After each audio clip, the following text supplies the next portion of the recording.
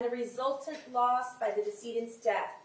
However, you may not consider this evidence as an aggravating factor. State. Thank you, Your Honor.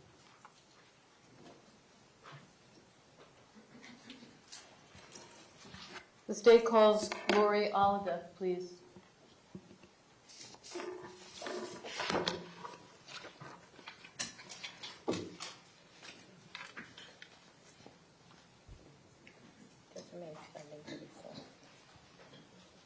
Mr. Oliveff is here as well, Your Honor. Okay, sir and ma'am, would you both please raise your right hand? Do you solemnly swear or affirm the testimony you're about to give is the truth, the whole truth, and nothing but the truth? I do. I do. Okay, thank you. You can go ahead and be seated. And before you begin speaking, if you could please state your full name and spell your last name for the record.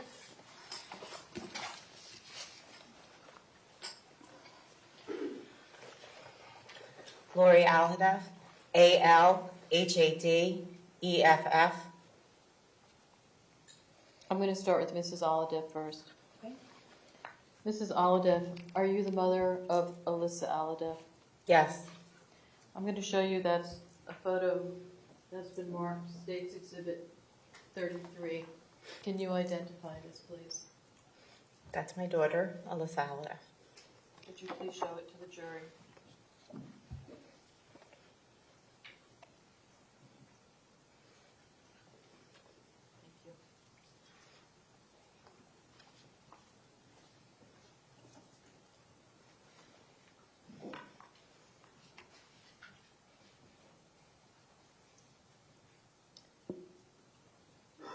Mrs. Oliveff, did you prepare a statement to be read to the jury today? Yes. Will you please read it for us? The Oxford Dictionary defines grief as deep sorrow, especially that caused by someone's death. I don't believe the word grief adequately describes what I have felt since Alyssa was shot and killed almost 4 years ago. How can I possibly measure the impact felt by the loss of Alyssa? It's as if I have all the love in the world to give and no one to give it to. The real measure of damage done certainly cannot be expressed or calculated in words, as this kind of pain and emptiness will most certainly last forever. It is the most devastating event when a parent outlives his or her own child.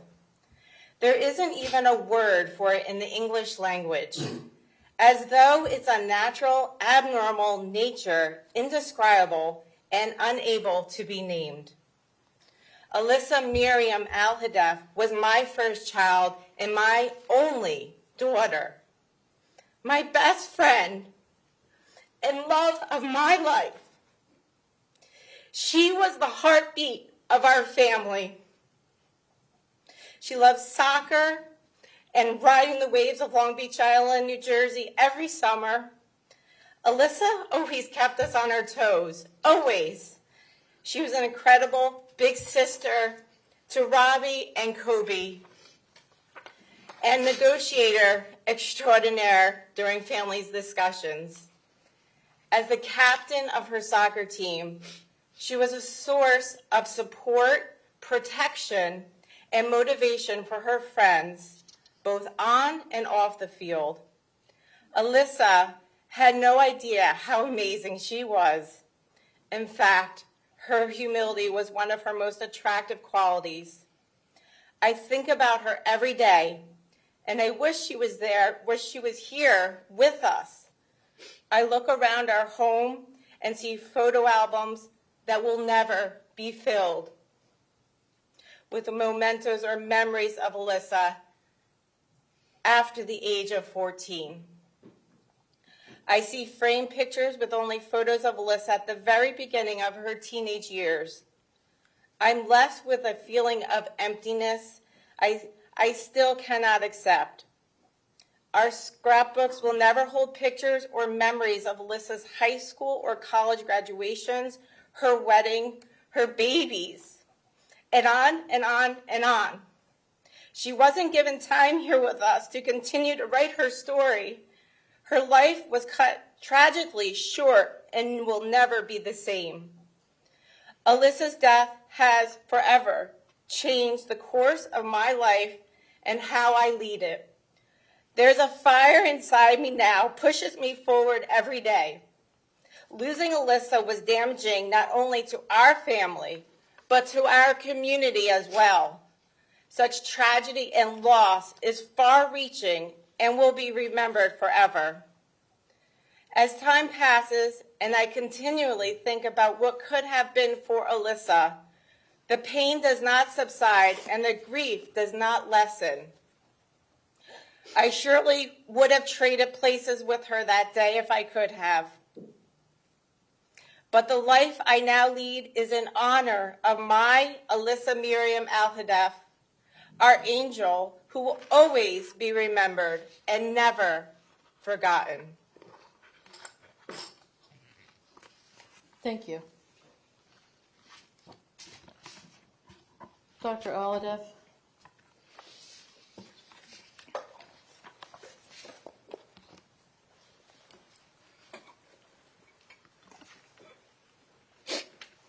You've prepared a statement for us today. Would you please share it with the jury?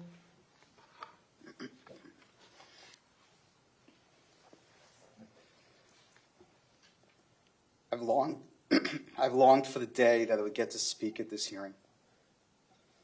I wanted to tell this jury what happened to my family and this community. I wanted to tell you what happened to my Alyssa. On February 14th, 2018, my 14-year-old daughter was right where she was supposed to be, in her high school English class. 4 years later, she's supposed to have been in her second year of college. Soon she'd go on to be a professional soccer player. She'd get her law degree and maybe become one of the most successful business negotiation lawyers the world would see. She was supposed to get married, and I was going to have my father-daughter dance.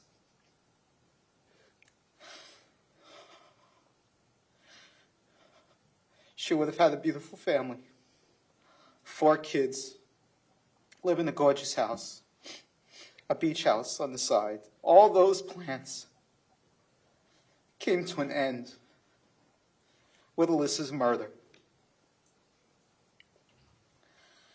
Alyssa's murder impacted so many people in so many ways.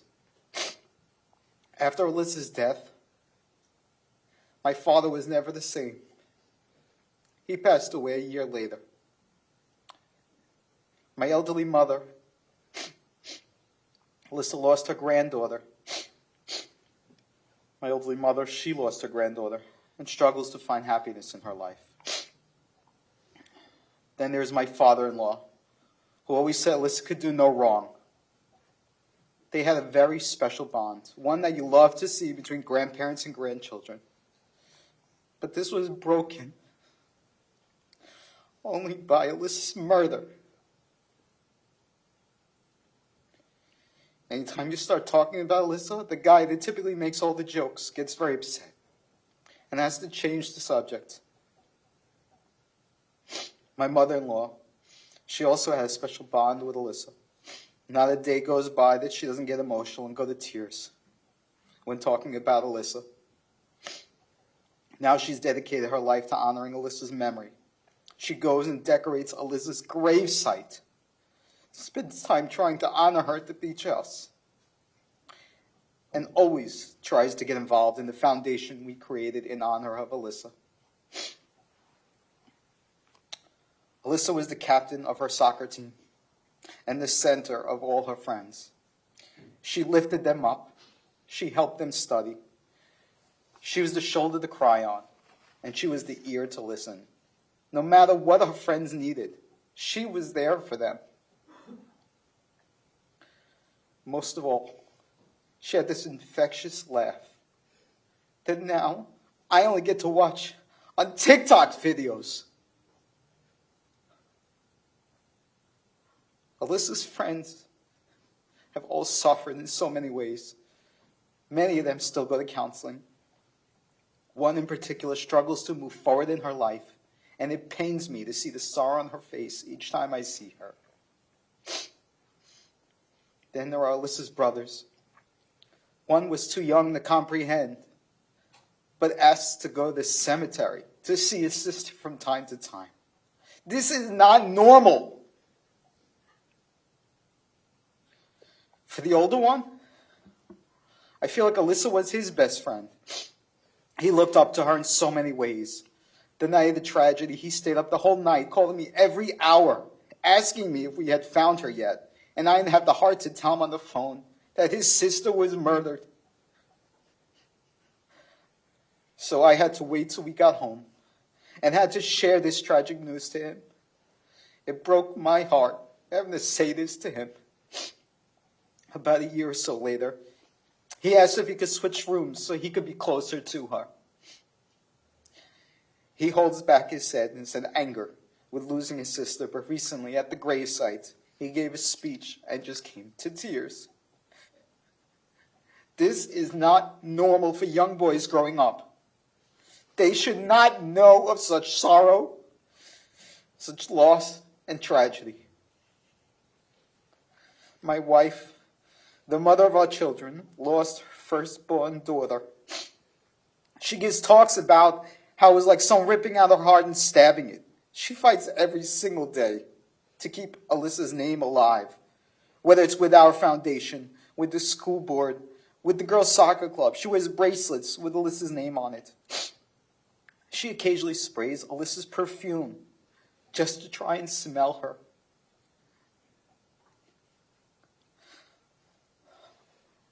She even sleeps with Alyssa's blankets.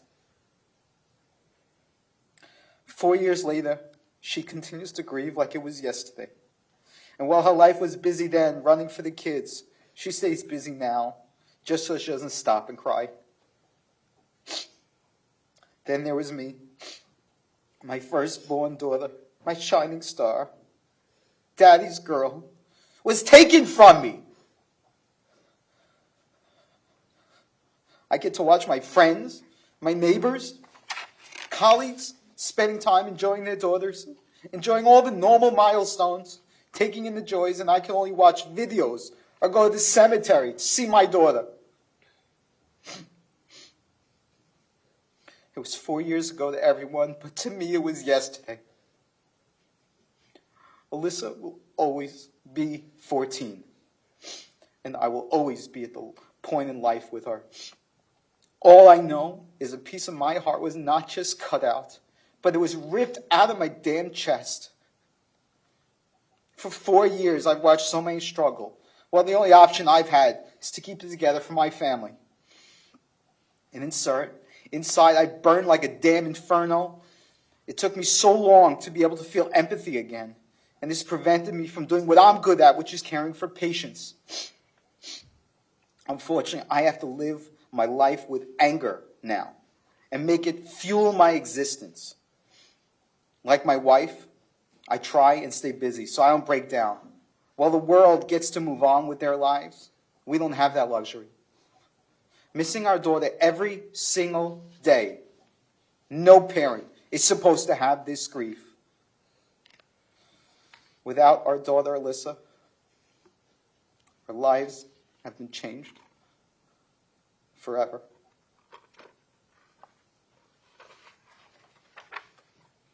Thank you, Dr. Allardyce.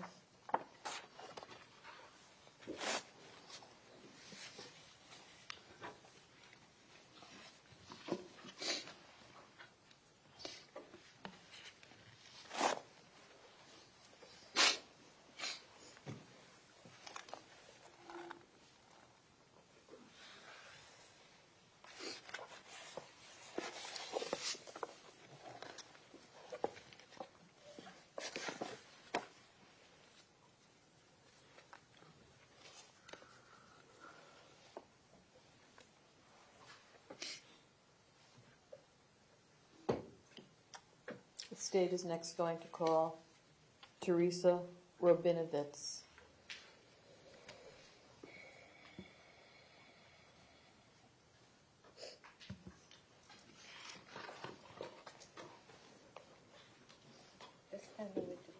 Good afternoon, ma'am. Good afternoon. Please raise your right hand. Do you solemnly swear or affirm the testimony you're about to give is the truth, the whole truth, and nothing but the truth? Yes. Thank you. You can be seated, and when you're seated, please state your full name and spell your last name for the record.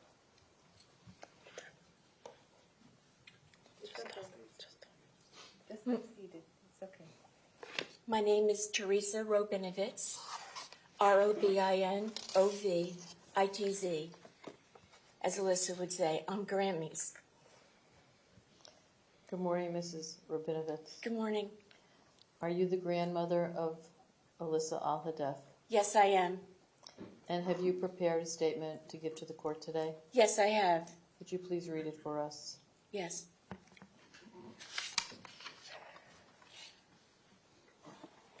Our family tree of life has been broken with the loss of my granddaughter, Alyssa Al-Hadeth, in the Marjorie Stoneman Douglas High School shooting, February 14, 2018. Living after the death of a child is beyond tears. It is a daily battle to survive the hardships rendered from her tragic death.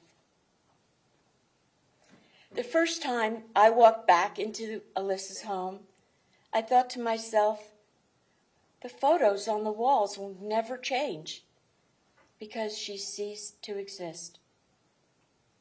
There will never be another family birthday celebration for her. While sitting at their kitchen table, I can still visualize Alyssa bouncing down the steps and saying, "What's there to eat? I'm hungry." I'd immediately jump into action to prepare whatever she wanted. She usually likes spaghetti. Reliving those memories bring me back pain. Alyssa's death shattered the hearts of the entire family and friends, near and far. Alyssa was loved for the 14-year-old teenager that she was full of energy, enthusiastic with a contagious smile that brought sunshine to all who knew and met her. It causes me pain to know that forever lost are the proms, the parties, going to college, a career, never to marry, never to have children, never to share with me more memories of her life. Alyssa's absence for holiday celebrations only leaves a memory in the seat she always sat in. The sunshine of our family has dimmed, and my imagination is just thinking of Alyssa as a bright star on a clear night. Alyssa was my daughter's only daughter. Alyssa was special and unique. Her two brothers, Robbie and Kobe, have experienced the loss of their only sister, who they looked up to, especially as a role model in the sport of soccer. Alyssa followed in her mother's footsteps, playing soccer beginning at the age of 3 years old. She held the position as attacking midfielder, wearing the number 8 proudly. She was captain of her soccer team, taking additional responsibilities, shouting out plays to her teammates. In the soccer game the night before her death, she was seen on the field jumping over an opponent twice her size. She's as short as I am. And she headed the ball to move the ball towards the goal. My daughter shared with me afterwards that after that game, she told Alyssa she played the best game of her life. Alyssa's response was, "I know, Mom." I believe this was a memorable gift that she left for all who saw her play that Tuesday night, February 13, 2018. Alyssa had respect for her coaches, teammates, and always gave them constructive, positive feedback on and off the field. My beautiful, talented granddaughter had an extremely bright future for possibly law school. Her brothers were always grateful that Alyssa persuaded her parents to get extra TV channels. Outside of school, Alyssa did community service in local homeless shelters. At night, she would read New York Times best-selling books, and we would have to tell her to shut the lights off and go to bed. As a matter of fact, currently a book she wrote when she was in 3rd grade about her love for horses. I'm in the process of trying to publish that for her.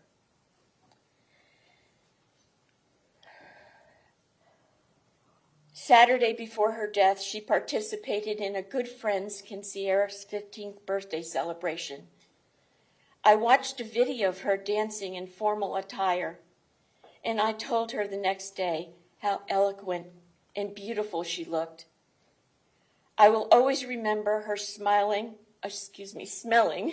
like Victoria's Secret Pink Star Mist, which I know her mom sprays on herself all the time. Alyssa's death has impacted us all. Unfortunately, as a result of Alyssa's death, I myself have seen psychiatrists and weekly psychologists. I take prescribed medication for depression and anxiety. I have outbursts of tears at any time. Sleepless nights and anger, which has replaced the pure joy of living each day. Each night, I too go to bed and wrap myself with an extra blanket that I would once cover Alyssa with. I do this to have a sense of feeling closeness to her in a fictitious way. Words alone cannot express the pain and anguish our family and friends have endured since the murders. I cannot even drive down the streets in Parkland without it bringing me back memories of Alyssa driving her to various places I used to go. The Marriott Hotel, where we were told she was definitely one of the victims, the high school where she was murdered, are just a few examples that cause me pain every day when I drive down the streets in Parkland. The effect on others is unimaginable, both in the family and with close friends. In the fall of 2018, her older brother went to a private school due to a feeling of being uncomfortable being at MSD, where his sister was murdered. This became an unexpected financial cost.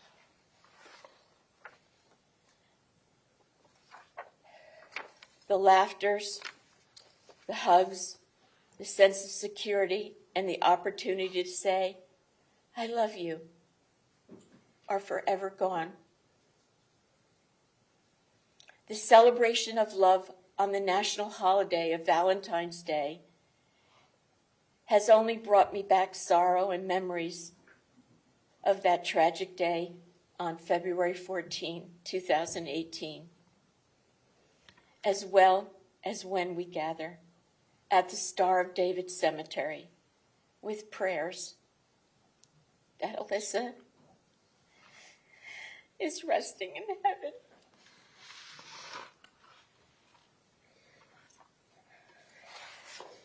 Thank you, Mrs. Rabinovitz.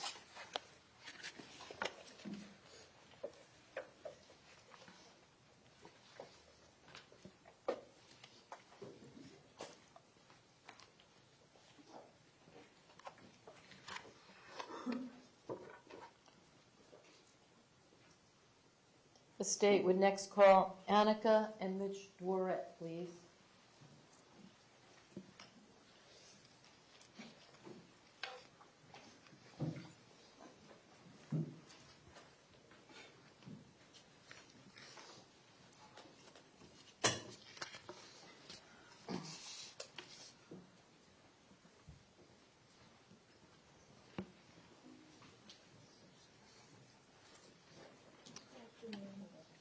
Would you both please raise your right hand? Do you solemnly swear or affirm the testimony you're about to give is the truth, the whole truth, and nothing but the truth? Yes. Thank you. You can go ahead and be seated. And then prior to speaking, if you would just please state your full name and spell your last name for the record.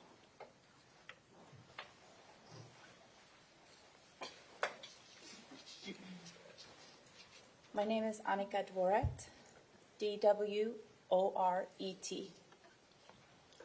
My name is Mitchell Dworet, D-W-O-R-E-T. Good morning, Mr. and Mrs. Dworet. Are you the mother and father of Nikolas Dworet? Yes. Yes. I'm going to show you what's been marked as State's Exhibit 55 that's been entered into evidence. Can you identify this photograph? Yes, it's my beautiful son, Nikolas. That's our baby. Can you show it to the jury, please?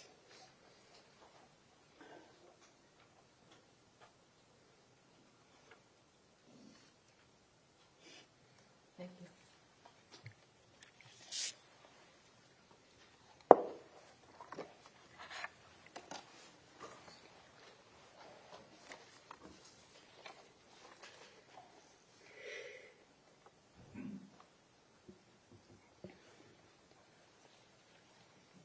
Mrs. and Mr. Dworet, did you prepare a statement for your family?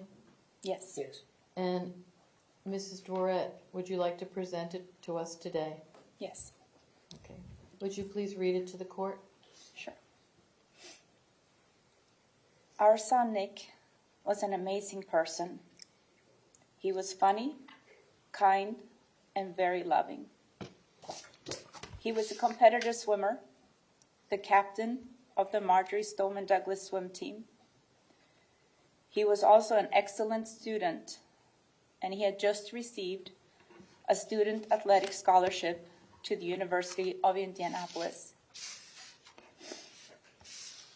It was always a joy to see the loving and caring relationship Nick had with his brother Alex. He would always watch over him, and they had so much fun together. Nick had plans to study finance in college, always talked about one day moving to Boston with his girlfriend Daria. Nick and Daria had a truly beautiful relationship. They were always so loving, and he would do anything for her. Nick was a food lover, and he would eat just about anything, although he had some favorites like sushi, pizza, and Oreo cookies. We even found a hidden stash of empty Oreo boxes in his closet. Music was a huge part of his life. He listened to all kinds of music, and he would often be the DJ on road trips with the swim team. Nick was a leader, and he always encouraged other people to do their best. He was very inclusive of everyone. Nick's last evening with us, he spent time speaking to the younger kids on the swim team, giving them some pointers on how to improve. Nick had big goals, bigger than most of us dare to dream of. This was a note that Nick had written and taped on the wall next to his bed. I want to become a Swedish Olympian and go to Tokyo 2020 to compete for my country. I will give all I have in my body and my mind to achieve the goals I have set. I will train as hard as I can in and out of the water. Even on my hardest days, I swear to give it my all, and I will let nothing stand in my way. Train harder.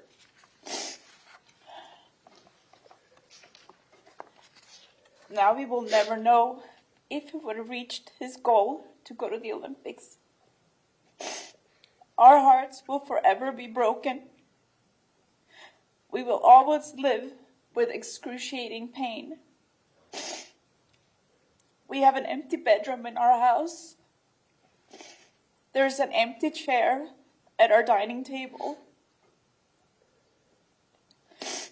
Alex will never have a brother to talk or hang out with.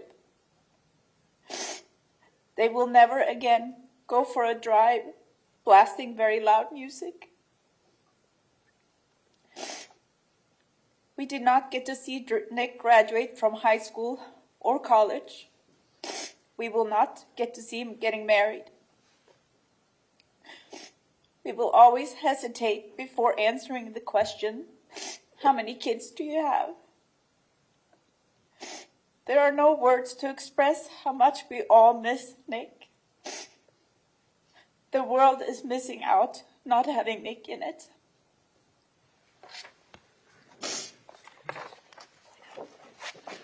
Thank you. Thank you, Mrs. Dora.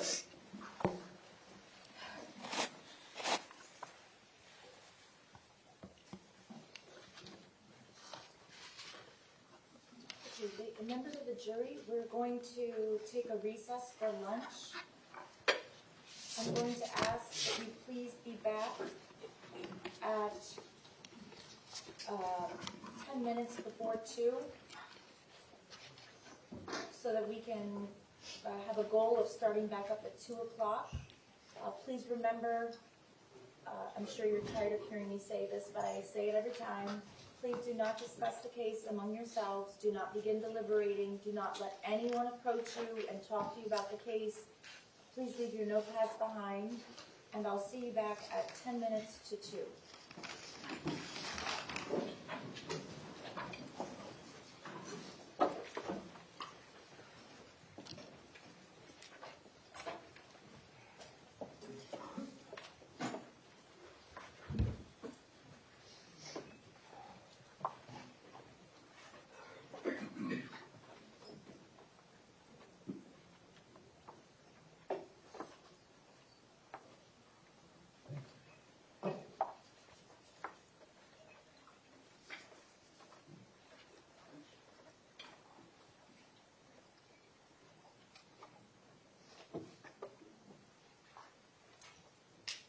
Okay, the jurors have been excused.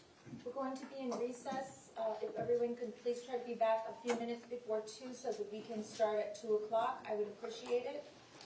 Other than that, we're in recess.